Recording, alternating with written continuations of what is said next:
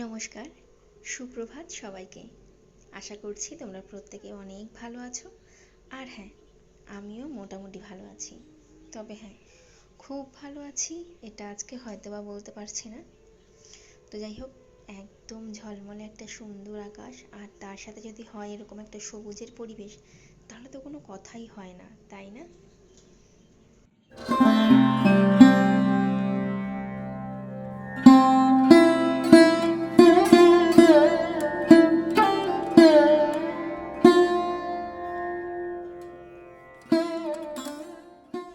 সকালটাকে আরো সুন্দর করে তোলে হচ্ছে এক কাপ গরম গরম চা। আর তার সাথে যদি হয় সেটা দুধ চা, তাহলে তো একদম জমে যায়, তাই না? তো সকালবেলা মার চা খাওয়া হয়ে গেছে, শুধু বাকি আমি আর হিটলার। তো একটুখানি চা করে নিচ্ছিলাম যে দুজনে বসে একটুখানি চা খাবো। তবে হ্যাঁ, আজকে লিকুইড এমনি দুধ মানে প্যাকেটের দুধগুলো দিয়ে করিনি।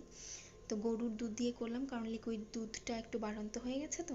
তো ভাবলাম যে না, অনেক দিন থেকে একটু গরুর দুধ দিয়ে চা খাওয়া হচ্ছে না, এটা দিয়েই করি। আর ছাঁকনি দিয়ে না ছেঁকে নিলাম, তার কারণ হচ্ছে প্রচুর পরিমাণে সর। আর যে কাকু আমাদেরকে দুধ দেয়, বিশ্বাস করবে না, ভীষণ ভালো দুধটা, মোটা করে পুরু করে সর পড়ে, ভীষণ ভালো লাগে। কার কেমন লাগে জানি না, তবে আমার আবার গরুর দুধ দিয়ে চা খেতে ভীষণ ভালো লাগে।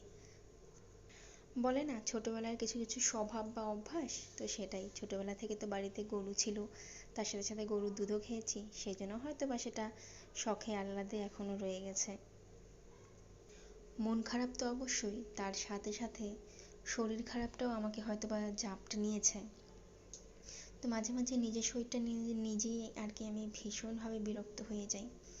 তো সকালবেলা মার তো গোপাল সেবা দেওয়া হয়ে গেছে।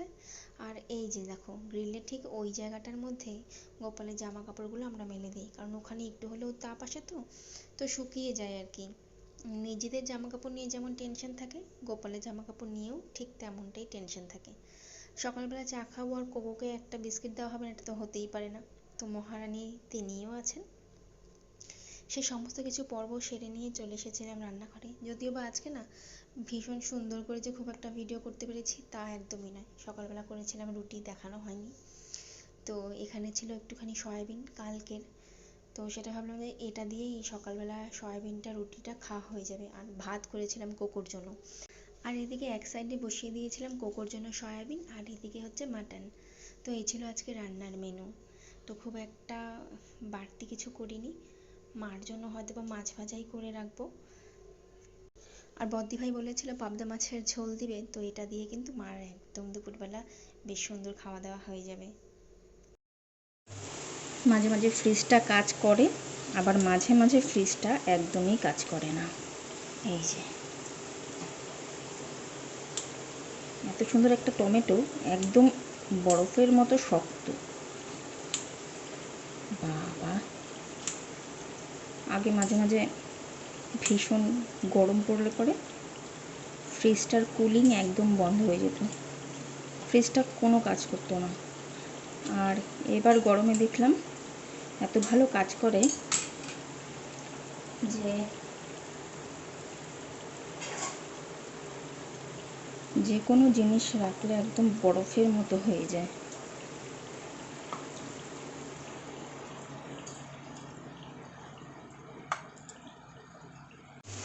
মন খারাপ, তার কারণ কোনো ভিডিও করতে পারছি না ঠিক মতো, মাকে আবার সারাক্ষণই বলতে থাকে যে একটু একটু।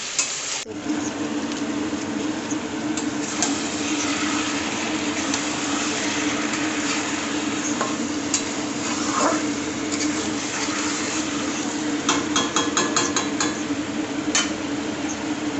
আর ভিডিও করার এনার্জি কেন যেন পাচ্ছি না। তার কারণ হলো শরীরটা সত্যিই ভীষণ খারাপ। না তো বেশিক্ষণ আমি দাঁড়াতে পারছি, আর না তো অনেকটা সময় ধরে আমি যে নিচে বসে সবজি কাটবো, কিছু করব, সেটা ঠিক মতো করতে পারছি। তো সংসারের কাজগুলো করতে হবে, যতটুকু না করলে নয়। হয়তো বা এখন আমার পরিস্থিতি ঠিক ততটুকুই হয়ে গেছে, যেটা না করলে নয় ততটুকুই করছি। তার বাইরে না আর এক্সট্রা করে যে আমি একটু সবসময় পরিষ্কার পরিচ্ছন্ন, এই গোছানো ওই গোছানো, সত্যি বলতে করতে পারছি না। আগে যেমনভাবে ফুল গাছের সমস্ত কিছু করা, এখন তো প্রায় বলতে পারো আমি বন্ধই করে দিয়েছি। কারণ মানে ভারী জলের বালতি বা বলো ভারী মাটি এই সমস্ত তুলতে সত্যি কথা বলতে এখন কষ্ট হয়, এই আর কি। তো রাত্রিবেলা এখন এখানে বসেছিলাম হচ্ছে রাখি বানাতে। আমার আবার না যেমনই হোক, ভালো হোক খারাপ হোক যেভাবেই হোক, হাতে বানানো রাখি ভীষণ ভালো লাগে, তার মধ্যে একটা অন্যরকম ভালোবাসা কাজ করে। তো ভাবছিলাম যে বেশ কিছু নতুন কাপড়ের টুকরোও ছিল আমার, তো এটা দিয়ে একটু এইবারও করি। তো আগেরবার শুধুমাত্র রিনির জন্য করেছিলাম, তো এবার ভাবলাম যে না, দিদিভাই আর দাদাভাই এই দুটো নাম দিয়ে বেশ সুন্দর করে আর কি করবো। তো এখানে না যেটা কাপড় আর কি নিয়েছি, একে তো আমার কেচিটা একদম কাটতে চাচ্ছিল না, কারণ পুতুলি না এই কেচিটা দিয়ে খেলে, তো খেলতে খেলতে না একদম ভোঁতা করে দিয়েছে। তার মধ্যে কাপড়টা কাটতে গিয়ে দেখলাম সুতোগুলো না আপনা আপনি বারবার খুলে আসছিল। তো প্রথমে তো হেডেক নিয়ে নিয়েছিলাম যে না এটা কালারটা বেশ চকমকে, এটা দিয়ে করব। তারপরে যেই করতে গেলাম না দেখলাম যে না এই সুতোটা না পুতুল সরা হচ্ছে। আর এখানে এটা হচ্ছে একটা মেশিন, জানো তো রাত্রিবেলা একটা কাণ্ড হয়েছে। তো এটার কিন্তু কোনো রকম ব্যথা লাগে না, শুধুমাত্র একটা আওয়াজ হয়। তো পুতুলকে যখন দেওয়া হচ্ছিল তো দেখলাম কোকো না একটু ভয় ভয় পাচ্ছে। তো আমরা আবার না কোকোকে একটু খ্যাপাচ্ছিলাম। তবে আমরা ভাবলাম যে ইঞ্জেকশনের মতোই কোকো এটাকে ভাবছে। তো কোকো আবার ইঞ্জেকশন যেমন ভয় পায়, এটাকে ভাবছে ঠিক তেমনটা। তো আমরা না এটা নিয়ে একটু হাসাহাসি করছিলাম, একবার পুতুলকে দেওয়া হচ্ছিল, একবার কোকোকে দেওয়া হচ্ছিল। তো ওকে যতবারই দিতে যাই আর কি ততবারই ও কী করে ঘরের বাইরে থেকে চলে যায় আর কি, আবার সেখানে দরজার থেকে আবার বারবার করে দেখে, কাছে কিছুতে আসবে না। এই হলো কাণ্ড রাত্রিবেলা। তো এই সমস্ত করার পর রাত্রিবেলা তো আবার রুটি খেয়েছিলাম, কারণ হিটলারের ছিল জ্বর, বলেইছিলাম হয়তো বা কালকে। তো সেই জন্য রাতে ভাত করিনি। রুটি মাংস দিয়ে খাওয়া দাওয়ার পর চলে এসেছিলাম আবার ঘরের মধ্যে রাখি বানাতে। তো এই সমস্ত কিছু নিয়েই রাত্রি প্রায় 1টা বেজে গেছে। যাই হোক, আজকের ভিডিওটা না আর বড় করলাম না, এখানেই শেষ করব। তবে হ্যাঁ, আজকের ভিডিওটা শেষ করার আগে আমার ছোট্ট পরিবারে যে 2-3 জন মানুষ আমাকে প্রতিনিয়ত হয়তো বা ভালোবাসা দিয়েছে, তাদের আমি নামটা একটু নিতে চাই। পূজারিনীর রান্নাঘর, গৌতমী বর্মা, শুক্লা জানা, রুবিনা নস্কর ব্লগ, বৈশাখী চৌধুরী। অসংখ্য ধন্যবাদ আর অনেক অনেক ভালোবাসা থাকলো আমার পাশে এভাবে থাকার জন্য। আশা করি তোমরা এভাবে আমার পাশে থাকবে। আর হ্যাঁ, এই ছোট্ট বোনটিকে অনেক অনেক ভালোবাসা দিবে, যাতে করে সামনে আমি তোমাদের সাথে চলতে পারি।